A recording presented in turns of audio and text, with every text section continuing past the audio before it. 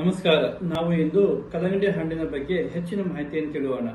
ಇದು ರಸ್ತೆ ಬದಿಯಲ್ಲಿ ಎಲ್ಲಿ ನೋಡಿದರೂ ಕಾಣುವಂತಹ ಒಂದು ಹಣ್ಣಾಗಿದೆ.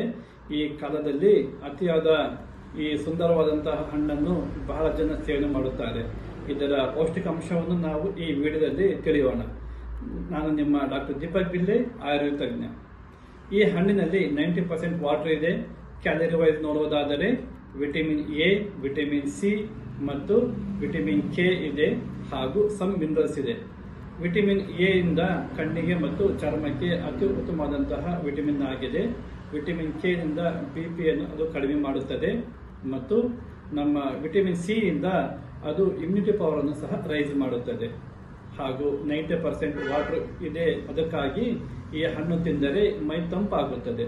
ಯಾರಿಗೆ ಅಲರ್ಜಿ ಇದೆಯೋ ಅವರು ಈ ಹಣ್ಣನ್ನು ತಿನ್ನಬಾರದು. ಅಲರ್ಜಿ ಎಂದರೆ ಶೀತವಾದಂತಹ ಅಲರ್ಜಿ ಇದ್ದವರು ಮಾತ್ರ.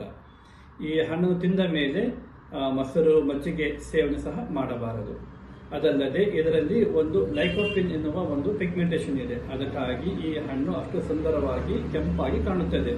ಈ ಲೈಕೋಪಿನ್ ಪಿಗ್ಮೆಂಟೇಷನ್ ನಮ್ಮ ದೇಹದ ಟಿಶ್ಯೂಗೆ ಅತಿ ಉತ್ತಮವಾದಂತಹ ಒಂದು ಆಹಾರವಾಗಿದೆ. ಏಕೆಂದರೆ ಅದರಿಂದ ಟಿಶ್ಯೂ ಹೆಲ್ತ್ ಮೇಂಟೈನ್ ಆಗಿ ಅದು ಕೊಳೆತು ಹೋಗದಂತೆ ಕಾಪಾಡುತ್ತದೆ ಮತ್ತು ಕ್ಯಾನ್ಸರ್ ಬರದಂತೆ ರಕ್ಷಣೆ ನೀಡುತ್ತದೆ. ಹೀಗೆ ಈ ಹಣ್ಣಿನಿಂದ ವೇಟ್ ಮ್ಯಾನೇಜ್ಮೆಂಟ್ ಸಹ ಮಾಡುತ್ತಾರೆ. ಹಾಗೂ ಇದರಿಂದ ಬೀಜದಿಂದ ಗಂಡು ಮಕ್ಕಳಿಗೆ ಅತಿ ಉತ್ತಮವಾದಂತಹ ಪೌಷ್ಟಿಕ ಆಹಾರ ಇದೆ. ಯಾಕೆಂದರೆ ಈ ಬೀಜದಿಂದ ಫರ್ಟಿಲಿಟಿ ಮತ್ತು ಏಜಿಂಗ್ ಪ್ರಾಸೆಸ್ ಅನ್ನು ಸಹ ಇದು ಕಡಿಮೆ ಮಾಡುತ್ತದೆ. ಹೀಗೆ ನಾನು ಆ ಹಣ್ಣಿನ ಮತ್ತು ಬೀಜದ ಮಹತ್ವವನ್ನು ತಿಳಿಸಿದ್ದೇನೆ.